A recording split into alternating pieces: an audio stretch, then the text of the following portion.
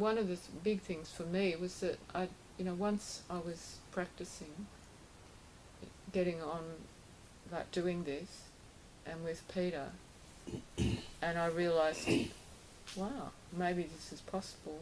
I didn't want to waste any more time.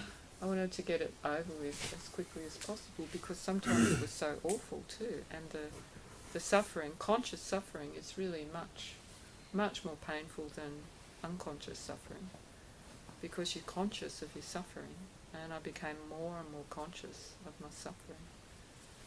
I felt awful some of the time. It was really, really awful.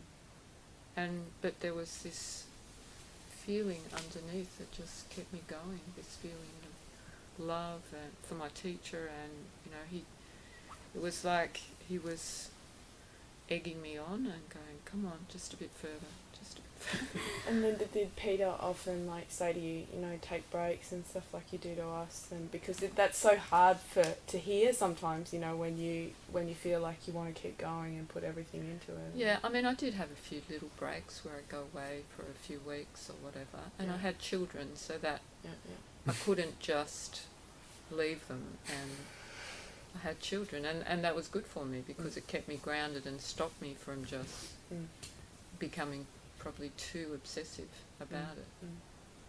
And they were a practice. Looking after them was a practice in itself. So I had children, work, partner, house, all that stuff. So it's not like you have to go off to an ashram and give up everything. Some people do, and that's what they feel to do.